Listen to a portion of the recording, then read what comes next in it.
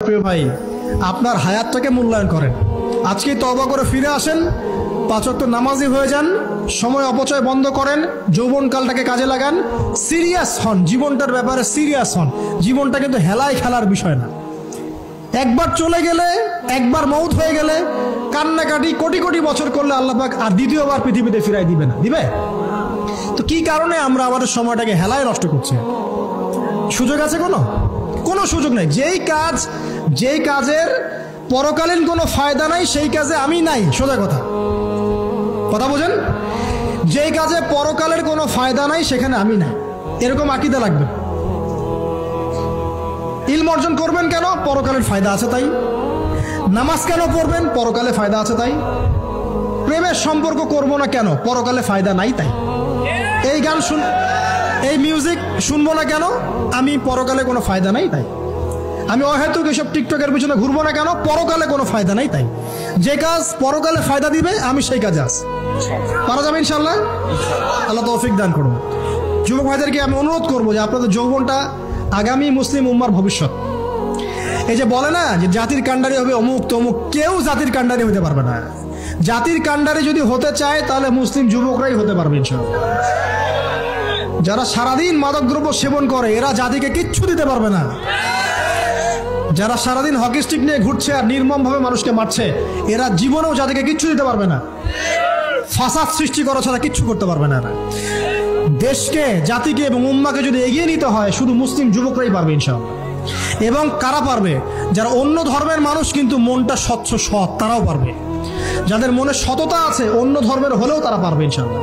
যার মনে সততা নাই সে পারবে না কখনো। করাপ্টেড, দুর্নীতিপূর্ণ মন নিয়ে কখনো দেশের খেদমত, জাতির খেদমত করা যায় না। বাংলাদেশের সবচেয়ে বড় সমস্যা দুর্নীতি। বাংলাদেশের 1 নাম্বার সমস্যা দুর্নীতি। দুর্নীতি যদি না থাকতো আর সমস্ত কালো টাকা যদি সাদা করা যেত বাংলাদেশের মানুষকে আজকে না খেয়ে মরতে হতো না। সামনের দিনগুলো কঠিন হবে, ভয়াবহ হবে, এটা সবাই বুঝতে পারছে, হয়তো শুধু আপনারা পারছেন না। আল্লাহ পাক আপনাদেরকে বোঝার তৌফিক দান করুন, আমিন। সামনে যান, নিজের জীবনকে কাজে লাগান, যৌবনকে কাজে লাগান, একটা হালাল রিজিক সার্চ করেন। অল্প রিজিকে সন্তুষ্ট হয়ে যান, উচ্চাভিলাষী হবেন না। উচ্চাভিলাষী হওয়ার দরকার নাই, যতটুকু আসছে আলহামদুলিল্লাহ, এটুকুর মধ্যেই সন্তুষ্ট থাকেন। পারবেন ইনশাআল্লাহ। সামনে যাবেন, আদর্শ পরিবার গড়বেন। পরিবারের মধ্যে ইসলাম থাকবে। পরিবারের পিতা হবে ইব্রাহিম, পরিবার সন্তান হবে ইসমাইল, পরিবারের স্ত্রী হবে হাজারা অথবা সারা আলাইহিস সালাম। দিনদার ছেলে নাই, বিয়ে নাই। দিনদার মেয়ে নাই, বিয়ে নাই। ওই যেটা আপনি মনে করছেন রূপ সৌন্দর্য হাবিজাবি কিচ্ছু থাকবে না ভাই, কিচ্ছু থাকবে না। 1 বছর 2 বছর পরে সব শেষ। দিনদার স্ত্রী পাবেন, চোখ বন্ধ করে বিয়ে করে ফেলবেন। আর দিনদার স্বামী পাবেন, বিয়ে করে ফেলবেন। আমার স্বামী কত বড় ব্যাংকের চাকরি করে, কত বড় ডিগ্রি, কত বড় সার্টিফিকেট, এটা পরের ইস্যু। আগের ইস্যু হচ্ছে আমার স্বামী নামাজ পড়ে কিনা, এই লোক আমার স্বামী হতে যাচ্ছে, এর দাঁড়িয়ে আছে কিনা, ইসলাম পালন করে কিনা, ইসলামের প্রতি ভালো ধারণা আছে কিনা, সে আমাকে পর্দায় রাখবে কিনা, এগুলো বড় জিনিস। পরিবার গড়বো ইসলামিক ভিত্তিতে। ইসলাম নাই, পরিবার নাই। এমনকি পরিবার গড়ার পরেও যদি দেখেন যে পরিবারের সদস্যদেরকে বোঝাতে আপনি ক্লান্ত হয়ে যাচ্ছেন, পরিবারের সদস্যদেরকে দিন বোঝাতে আপনি ক্লান্ত, কিছুতেই দিন বুঝতে চায় না, আপনি আসহাবুল কাহাফ হয়ে যান, তাও ভালো। বুঝেন নাই? আপনি নিজের চটকায় তেল দেন, ওটা বাদ দেন, ওর কবরের হিসাব ওর উপর ছেড়ে দেন, আপনি ইব্রাহিম হয়ে যান, আপনি আসহাবুল কাহাফ হয়ে যান, তাও ভালো। ইসলাম নিয়ে কোনো কম্প্রোমাইজ নাই। পরিবারের সদস্যরাও যদি আল্লাহর পথে চলার ক্ষেত্রে প্রতিবন্ধকতা সৃষ্টি করে বাদ দিয়ে দেন, দরকার নেই। আল্লাহর জমিন প্রশস্ত, আল্লাহর জমিন প্রশস্ত, আল্লাহর রিজিক প্রশস্ত ইনশাআল্লাহ। আল্লাহ পাক উত্তম আরো কিছু দিবেন আপনাকে ইনশাআল্লাহ তাআলা। খেয়াল রাখবেন, পরিবারের মধ্যে ইসলাম থাকতে হবে। এখানে কিন্তু আপনাকে কেউ বাধা দিবে না, এর কর্তা আপনি নিজেই। আল্লাহ পাক তৌফিক এনায়েত করুন, আমিন।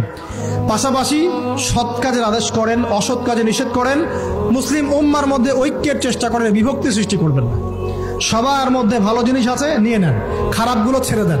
এমন কোন সংগঠন বা দল বা জামায়া নাই যার 100%ই পরিশুদ্ধ, এমন কোনো নাই, কোথাও নাই। সবার মধ্যেই কিছু না কিছু ভুল থাকবেই, কিছু না কিছু ফল্ট থাকবেই। ওই ফল্টগুলোকে নিয়ে যদি আপনি পড়ে থাকেন আর কাদা ছড়াছড়ি করতে থাকেন, কাজ হবে না। এখন এই যুগটা সেই যুগ না। এটা কি সাহাবীদের যুগ যে চুল ছেঁড়া বিশ্লেষণ করতে হবে? এখন কি খেলাফা কায়েম আছে?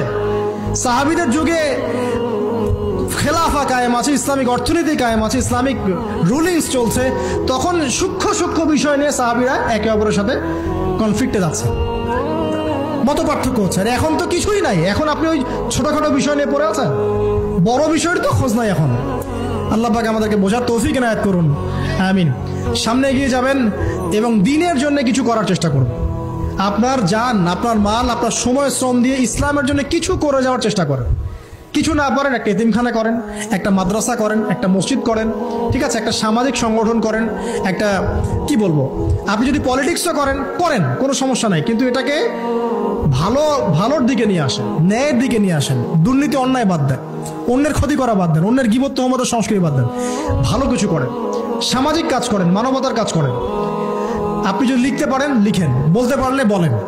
আপনি কিচ্ছু করতে পারেন না, অ্যাটলিস্ট আপনি ইসলামপন্থীদেরকে সাপোর্ট দেন, আপনার সম্পদ দিয়ে, আপনার অর্থ দিয়ে সাপোর্ট করেন।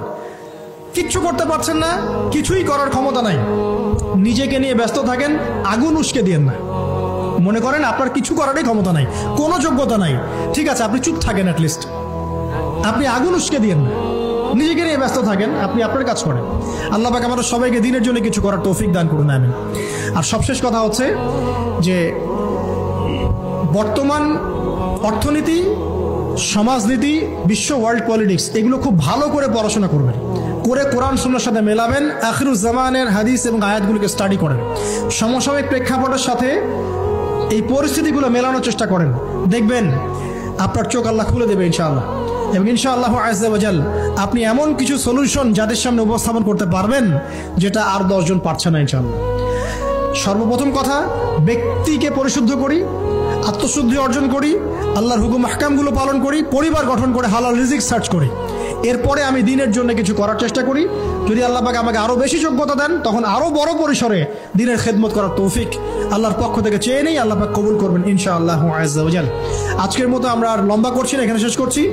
আমরা কিছু প্রশ্ন উত্তর দিব ইনশাআল্লাহ, তবে দোয়া করছি আমরা, আপনারা সবাই দোয়ায় শরীক হন যে আল্লাহ রাব্বুল আলামিন আমাদের সবাইকে যেন কোরআন এবং সুন্নাহর ইলম অর্জন করার তৌফিক ইনায়াত করেন, আমিন। এবং আমাদেরকে সংকীর্ণ মানসিকতা থেকে বেরিয়ে আসার তৌফিক দান করেন। আল্লাহ পাক আমাদেরকে ওই আইয়ামে জাহিলিয়াতের সেই বড় বড় পাপগুলো থেকে বাঁচিয়ে রাখুন, আমিন। এবং এই পাপগুলোর যে মহামারী এখন চলছে, এখান থেকে আল্লাহ পাক আমাদের পরিবারবর্গকে হেফাজত করুন। আল্লাহ আমাদের মা বোনদেরকে খাস পর্দায় থাকার তৌফিক দান করুন। আল্লাহ পাক আমাদের যুবক ভাইদেরকে যাবতীয় পাপাচার ছেড়ে দেওয়ার তৌফিক দান করুন। আল্লাহ পাক আমাদের যুবক ভাইদেরকে 5 ওয়াক্ত নামাজি বানিয়ে দিন। আল্লাহ পাক আমাদের যুবক ভাইদেরকে এই মাদক, পর্ন এসব ছেড়ে দেওয়ার তৌফিক দান করুন। আল্লাহ পাক যুবক ভাইদেরকে রিজিকের ব্যবস্থা করে দিন। আদর্শ পরিবার গঠন করার জন্য আল্লাহ আপনি সাহায্য করুন। আল্লাহ পাক আমাদের বাচ্চা যারা আছে, কচি কাঁচা বাচ্চা, এদেরকে ইসলামিক আদর্শে বড় করার তৌফিক দান করুন। আল্লাহ পাক আমাদের ঊর্ধ্বতন কর্তৃপক্ষ যারা থাকবে, প্রশাসনে, রাষ্ট্রে, যে যেখানেই থাক, আমরা দোয়া করি আল্লাহ পাক সবাইকে ঈমান দান করুন, আমিন। এবং আল্লাহ পাক তাদের গুনাহগুলোকে মাফ করে দিন। আল্লাহ পাক তাদের হাতকে শক্তিশালী করুন এবং তাদেরকে মুসলিম উম্মার জন্য কাজ করার তৌফিক দান করুন এবং ইসলামের শত্রুদের বিরুদ্ধে তাদেরকে শক্ত অবস্থান নেওয়ার তৌফিক দান করুন, আমিন।